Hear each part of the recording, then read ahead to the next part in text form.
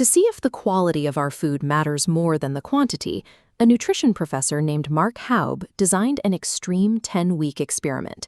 He restricted his daily intake to 1,800 calories, but those calories came almost entirely from Twinkies, snack cakes, and processed convenience food. After 2.5 months of this junk food diet, he lost 27 pounds and actually improved his blood health markers. Haub proved a frustrating reality for the diet industry. Your body doesn't possess an internal scanner checking if your food is organic or processed. It operates strictly as an energy detector. This biological energy detection system is governed by the First Law of Thermodynamics, which dictates that energy cannot be created or destroyed, only transferred from one form to another. 19th-century physicists like James Prescott Joule established this principle long before modern diet culture existed. If you input less energy into a closed system than it expends, the system must pull from its own internal reserves. Look at this metabolic engine. When the calories inside of the equation drops below the calories outside, you create a deficit. To bridge that mathematical gap, the human body is forced to cannibalize its own stored fat reservoir to keep the machine running. So if shedding weight requires nothing more than executing a sterile mathematical equation, why shouldn't we all just live on junk food to get thin? The problem is that physics doesn't care where it gets the energy. When faced with a pure calorie deficit, your body will happily consume highly active muscle tissue instead of your stored body fat. This leads to sarcopenia, the obligatory loss of muscle mass.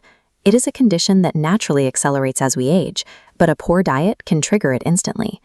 This chart compares the baseline caloric burn of different tissues over 24 hours.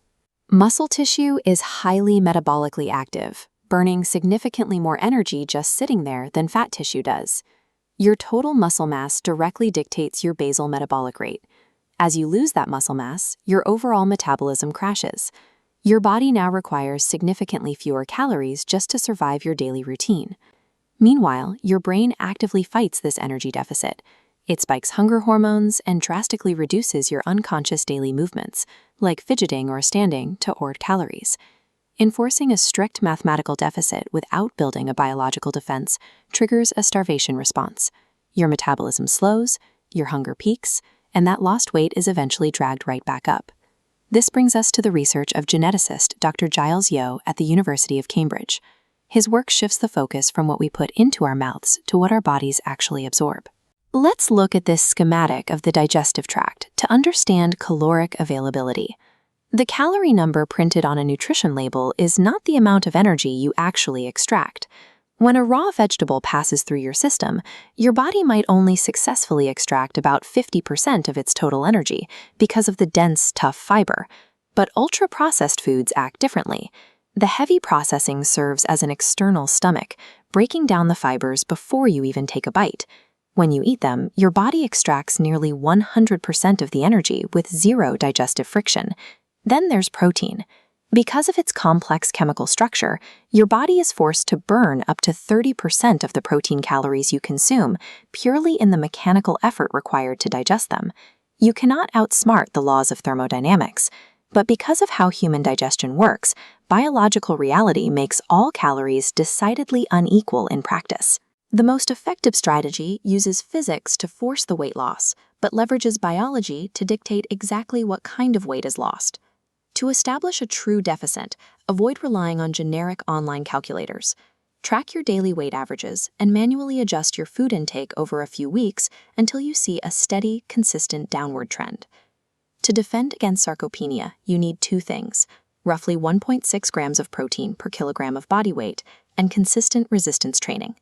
That physical tension and steady protein influx sends a clear signal to the brain. It proves that your muscle is essential for survival, forcing your body to pull its missing energy from your fat stores instead. There is a psychological trap here too. The obsession with clean eating and extreme dietary restriction often leads directly to psychological burnout, binging, and eventually abandoning the diet entirely. Our ancient brains evolved in environments where food was scarce.